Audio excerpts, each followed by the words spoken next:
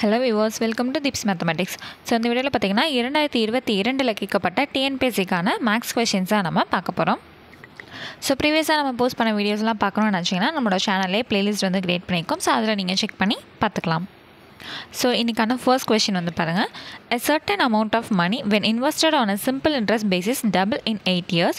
What is the percent rate of interest? ஒரு குறிப்பிட்ட தொகையானது 8 ஆண்டுகளில் 2 மடங்காகும் எனும் மதிப்பீட்டில் முதலீடு செய்யப்பட்டால் கிடைக்கும் தனி வட்டிக்கான சதவீதம் எவ்வளவு? ஸோ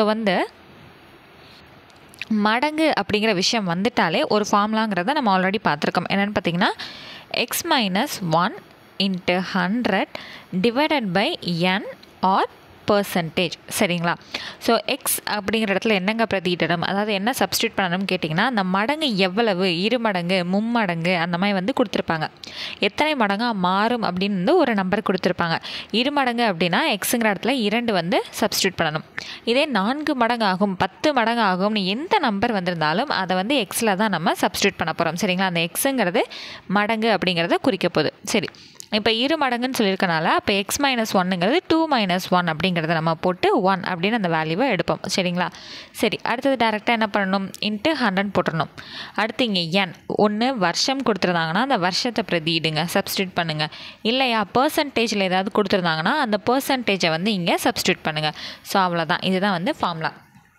ஸோ அந்த வகைப்படி n 8 ஆண்டுகள் அப்படின்னு சொல்லிட்டு n வந்து நமக்கு கொடுத்துருக்காங்க. பர்சன்டேஜ் தான் நம்மளை கண்டுபிடிக்க சொல்லியிருக்காங்க, சதவீதம் என்ன அப்படிங்கிறது.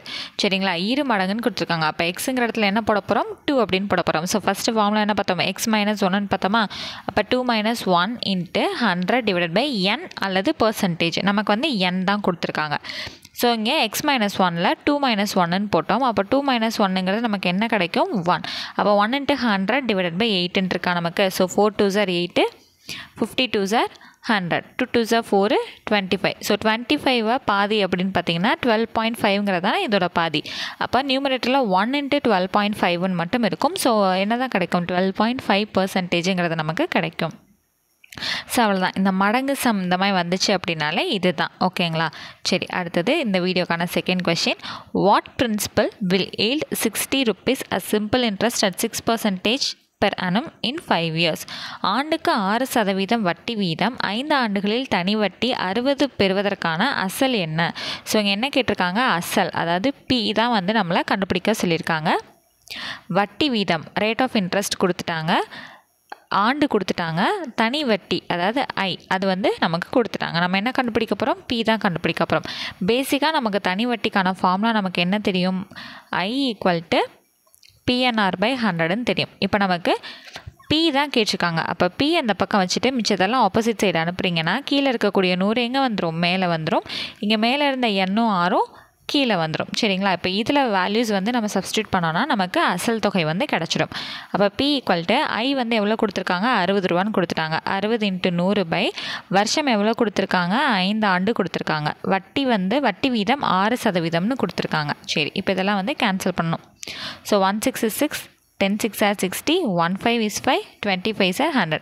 10 20 மட்டும்தான் மேலே இருக்குது. அப்போது 10 × 20 எவ்வளோ கிடைக்கும், 200. அப்போ அசல் மதிப்பு எவ்வளோங்க கிடைக்கிது, 200 ரூபாய் வந்து கிடைக்கிது. அவ்வளோதான்.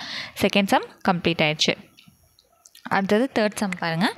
Calculate the rate of interest when we get 1680 rupees as a simple interest for the principal amount 7000 in 16 months. So தமிழில் பார்த்துருங்க. 7000 அசலுக்கு 16 மாதங்களில் 1680 தனி வட்டி கிடைத்தால் வட்டி வீதத்தை கண்டுபிடி. ஸோ இங்கே என்ன கண்டுபிடிக்க சொல்லியிருக்காங்க, 6 தான் நம்மளை ரேட் ஆஃப் இன்ட்ரெஸ்ட் கண்டுபிடிக்க சொல்லியிருக்காங்க. ஸோ என்னென்ன கொடுத்துருக்காங்க, அசல் கொடுத்துட்டாங்க, அதாவது பி கொடுத்துட்டாங்க பிரின்சிபல் அமௌண்ட், n வந்து 16 மாதம்னு கொடுத்துருக்காங்க, ஐ வந்து கொடுத்துட்டாங்க சிம்பிள் இன்ட்ரெஸ்ட் தனி வட்டியோட தொகை வந்து கொடுத்துட்டாங்க. சரி, இப்போ இங்கே n பார்த்தீங்கன்னா மாதத்தில் இருக்குது. நம்ம எதில் தான் பிரதியிடணும், வருஷத்தில் தான் நம்ம சப்ஸ்டியூட் பண்ண முடியும். அப்போது nங்கிறது 16 மாதத்தை நம்ம வருஷமாக மாற்றணும் அப்படின்னா 12 மாதத்தால் வகுக்கணும். சரிங்களா? அப்போ என்னங்க வரும், 4 டேபிளில் போயிடலாம். 3 4s are 12, 4 4s are 16. அப்போது இதை 4/3 இயர் அப்படிங்கிறத நம்ம என்ன பண்ணிக்கலாம், சப்ஸ்டியூட் பண்ணிக்கலாம். சரி, நமக்கு வந்து என்ன தேவை, 6 தான் தேவை. ஆக்சுவலாக நமக்கு ஃபார்முலா I = PNR/100. இப்போ இந்த 6 தான் வேணும். அப்போ மிச்சத்தெல்லாம் என்ன பண்ணலாம், இந்த ஆப்போசிட் சைடு கொண்டு போனோன்னா I × 100 divided by P into N அப்படின்னு வருமா?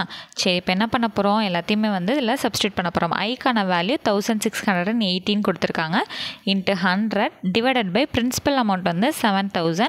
என் இப்போ என்ன எடுத்துக்கிட்டோம், 4/3 இயர்னு எடுத்துக்கிட்டோமா? சரி, இப்போ மேலே இருக்கக்கூடிய 3 ஜீரோஸ்க்கும் கீழே இருக்கக்கூடிய 3 ஜீரோஸ்க்கும் கேன்சல் பண்ணிடலாம். இதை விட்டுட்டு இந்த கீழே இருக்கக்கூடிய 4/3 நம்ம மேலே அனுப்புகிறோன்னு வச்சுக்கோங்களேன்.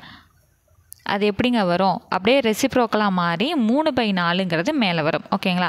சரி, இது 1 7 is 7. இங்கே அடித்து கொடுத்திங்கன்னா 2 7s are 14, மிச்சம் 2னா 4 7s are 28ன்னு கிடைக்கும். ஸோ இது 1 4 is 4, இங்கே 6 4s are 24. அப்போ நியூமரேட்டரில் என்னென்ன இருக்குது பாருங்கள், இந்த பக்கம் 3 இருக்குது, இங்கே அடித்து கொடுத்ததில் மிச்சம் 6 இருக்குது. அப்போ 6 × 3ங்கிறது நமக்கு எவ்வளோ கிடைக்கும், 18%. அப்போ ரேட் ஆஃப் இன்ட்ரெஸ்ட், அதாவது வட்டி வீதம் எவ்வளோ கிடைக்கிது, 18%. அடுத்தது 4வது கேள்வி. கொஷின் என்ன கொடுத்துருக்காங்கன்னு பார்த்தீங்கன்னா, what is the time 100 hours after 7 AM? முற்பகல் 7 மணிக்கு 100 மணி நேரத்திற்கு பிறகு நேரம் என்ன? அதாவது இன்றைக்கி காலையில் மணி 7 மணிங்க. இன்றைக்கி காலையில், இந்த காலையிலேருந்து நீங்கள் 100 மணி நேரத்தை இது கூட சேர்க்குறீங்க. அப்போ இந்த 100 மணி நேரம் வந்து சேர்த்தோன்னா அந்த டைம் என்னவா இருக்கும் அப்படிங்கிறத நம்மக்கிட்ட கேட்குறாங்க. இப்போ இந்த 7 மணிங்கிறது அப்படியே இருக்கட்டும். இந்த 100 மணி நேரம் வந்து கொடுத்துருக்காங்க இல்லையா, இது எத்தனை நாள்ன்றதை நம்ம கணக்கிடுவோம். ஒரு நாளைக்கு 24 மணி நேரமா? ஸோ ஃபஸ்ட்டு 24 மணி நேரம், அடுத்து இது கூட 24 சேர்த்தோன்னா 48 மணி நேரம், இன்னொரு 24 சேர்த்தோன்னா 72 மணி நேரம், இன்னொரு 24 மணி நேரம் சேர்த்தோன்னா 96 மணி நேரம். ஸோ இதுக்கு மேலே 24 மணி நேரம் சேர்த்தோன்னா 100 தாண்டிடும் இல்லைங்களா? ஸோ இது எவ்வளோ மணி நேரம் சேருதுங்கிறத பார்ப்போம். அதாவது எவ்வளோ நாள் பார்த்தீங்கன்னா 1 2 3 4 நாள் சேர்ந்துருச்சு. 4 days ப்ளஸ் 96னா 97 98 99 100 4 மணி நேரம் மட்டும் நம்மக்கிட்ட மிச்சம் இருக்குது. சரிங்களா? ஓகே, இப்போ பார்த்தீங்கன்னா ஃபஸ்ட்டு வந்து 7 மணியில் இருக்குதுன்னு சொல்லியிருந்தாங்க. அந்த 7 மணிங்கிறது காலை 7 மணியா? இந்த 4 நாள் இது கூட சேர்த்திங்கனாலும் அடுத்த நாள் காலையில் 7 மணி, அதுக்கு அடுத்த நாள் காலையில் 7 மணி, அதுக்கடுத்த நாள் காலையில் 7, ஒன்ஸ் அகேன் அதுக்கு அடுத்த நாள் 7, இப்படி தானே வரும். 1 நாள் 2 நாள் 3 நாள் 4 நாள். ஸோ எப்படி பார்த்தாலும் இந்த 4 நீங்கள் சேர்த்திங்கனாலும் அதே காலை 7 மணியாக தான் நமக்கு இருக்குது. அந்த மிச்சம் இருக்கக்கூடிய 4 மணி நேரத்தை நம்ம இது கூட சேர்க்கணுமா? சரி, ஏற்கனவே 7 மணி ஆயிடுச்சு காலையில். அப்போது அடுத்து 4 மணி நேரத்தை நம்ம சேர்க்கணும். 4 டேஷ் போட்டு வச்சுருக்கேன். 8 9 10 11 அவ்வளோதாங்க. அப்போது என்னவாக இருக்கும், 4 நாளைக்கு பிறகு இது 11 மணியாக இருக்கும். அவ்வளோதான் பதில். நீங்கள் எப்படிங்க அந்த 7 மணி காலையில் 7 மணி 7 மணி 7 மணினே சொன்னீங்க அப்படின்னா, இப்போ இன்றைக்கி காலையில் 7 மணி 24 மணி நேரம் முடிஞ்சிருச்சுன்னா மறுபடியும் என்னவாக தான் இருக்கும், அடுத்த நாள் காலையில் 7 மணியாக தானே இருக்கும். ஸோ இந்த பேசிஸில் தான் நம்ம சொன்னது. ஸோ இன்றைக்கான லாஸ்ட் கொஸ்டின்.